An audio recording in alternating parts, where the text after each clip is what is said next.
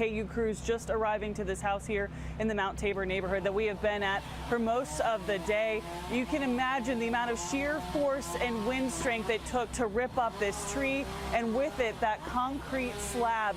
I want to point out a couple notable figures just over my shoulder here. Senior advisor Rocky Adkins is making the rounds, enjoying this win and celebrating, and even Floyd County Sheriff John Hunt. You'll remember that tragedy in Allen, and this is something he's been very passionate about, and he has supported Governor Andy Beshear throughout his career and tenure. The gridiron has a way of weaving people together, but also powerful moments. And former colleagues and former players tell me Coach Roy Kidd had a way of doing both. And you're going to have to look elsewhere for your sheets, your towels, even your kitchen gadgets, because popular household retailer Bed Bath & Beyond is going Bed Bath & bankrupt.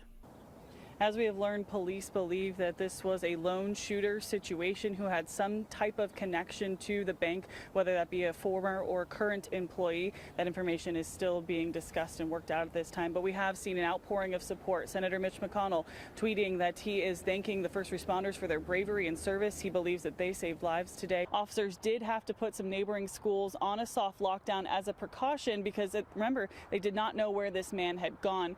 We do know that that mother was unfortunately at work when she got that heartbreaking call to come to this scene. We've seen a lot of people out today just trying to clean up so much debris in their yards. We've seen down tree limbs, a lot of them laying on properties or even knocking down people's roofs. Sheriff Hampton says this is the first in the line duty death that he can remember as long as he's been in charge of the department, and he said it is a darn shame because Deputy Conley was so good at his job and he loved doing it. Talk about right place, right time on this one. We just got done talking to the battalion chief, Jason Walton, who says firefighters actually called this in. They happened to be in the area along Richmond Road. They were heading back from some training. Last year, at the end of the month, was such a tragic time. I don't need silver, and I don't need gold. I don't need the things of this world to satisfy my soul. 365 days later. Y'all got a stove yet? We got a washer dryer stove and a fridge. There is still some hurting here inside these walls at County Line Community Church. And, we rescued people, we went and got people that we could get, and then we stayed here just about day and night. Somebody was here working and providing resources, and we had a flood that brought a tragedy. But Pastor Anthony Mullins says that something even more powerful rushed in. Then we had a flood of love and a flood of resources to help folks here. In July of 2022 and in the months that followed, the church became a solace for those so greatly affected. He remembers sitting with people as they poured their pain at his doorstep. The sidewalk became an altar. But to hear them talk about losing loved ones and them pulling out of their hands, it was just, some of the conversations were it just broke my heart.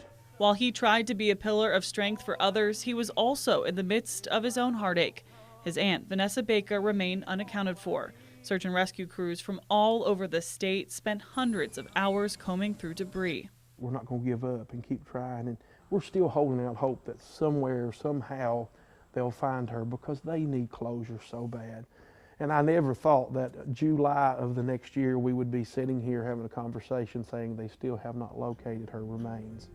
Larry Cundiff is one of the many who struggled with his grief and walked through these doors hoping to find a beacon to hold on to.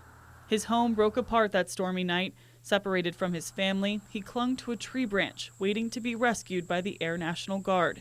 The love of his life of 45 years, Ruby, and his daughter Nancy didn't survive.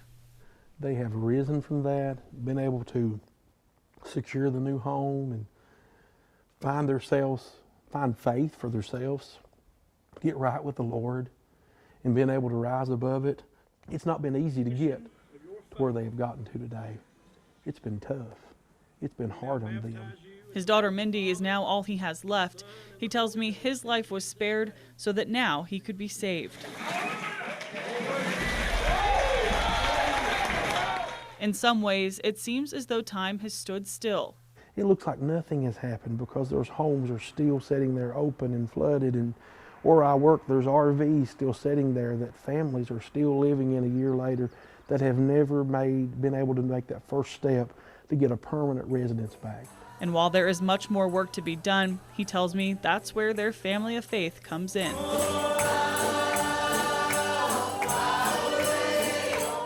Out in the country, in those little rural areas, there are still folks that are hurting and suffering and still need help. And I'm thankful that the churches have not forgot those people, and we're still there to help them. So as long as they have crosses to lean on and hearts to heal, there will always be a path forward. The wind can't wash it off, the flood can't wash it off, the storms can't blow it up. We're so thankful that a year later, through the flood, what was meant to destroy us, we've used that, and God is blessing it to bring good about. Victory's been won. In Breathitt County, He's all I need. Kelsey Souto, WKYT. These are my horse floors. Trust takes time. Sean Freitas knows. He's been building his relationship with horses for years. It's why he wanted to start a nonprofit rescue called Main Characters. The ones that will reap the rewards of those investments will be the horses. To help support the farm, he decided to rent out some extra space and stalls. Yet before a deal was ever reached, he says more than 24 horses showed up on the property without permission. Hold on. He tells me when the deal broke down, he asked the prospective tenants to leave. And they did, taking their horses with them, but left behind 16 others who belonged to someone else. Sean says the owner claimed he wasn't able to move them at the time. After law enforcement got involved, a restraining order was issued, leaving Sean to care for horses that weren't his. As much as we want to have an open environment, a welcoming environment, it's best that you keep your farm gates locked, closed and locked, and not just with a thumb latch, but with some type of a key or a combination. A judge recently ruled the horses had to be moved off the property earlier this month after spending about 40 days at Sean's farm. I think the laws need to change surrounding this. They're gone now, but Sean says it's been a lesson he won't forget. Because once that trust is broken, it's real hard to get it back. It's hard to imagine that right now. Like I say, I think we'll get back there, but this has to be 100% in the rearview mirror before we'll really be able to think of how that would all work. In Bourbon County, Kelsey Souto, WKYT. He's never met a stranger. I'm a person, and I've always been that way all my life. I like to meet people. Fred Hall waited 2 years to make this trip to Washington, D.C., finally getting a seat on this honor flight. All the stuff that we went through, and believe me, we've seen a lot. The feelings were flowing, raw and real. Don't want any part of it. He's taking every single one of his fallen comrades with him on this journey. Thank you for your service, Fred. Welcome to your memorial. Thank you. This is for you, our World War II veteran. This is a picture of your memorial I took from the top of the Washington Monument. Thank you for all you did. Thank Enjoy you. your visit here Thank today. you. And making a few new ones along the way. While staring down the stars, he found another World War II vet, Bruno, Do you feel as old as they are? who is 102 years young. I did 130 pull-ups. I held a record in our division. Fred enlisted at 18, serving in multiple branches. And he still has an eye for a sharp-dressed sailor. I love that uniform. Oh, me too. Thank you so much. Thank you for your service. Friendly Fred didn't waste a single moment in the nation's capital. That is something, isn't it? But he still found time to chat and socialize, catching up with a fellow Floyd Countyan, sharing stories and taking it all in.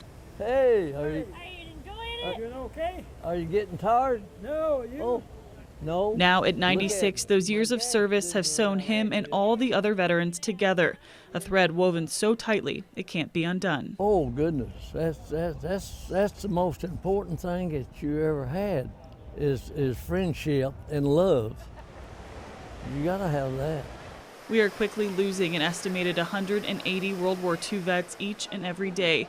So those that remain are our national treasures. You're our future. But thanks to heroes like Fred and others from the greatest generation, there is still so much of that future ahead. That's an experience that very few get. In Washington, D.C., Kelsey Souto, WKYT.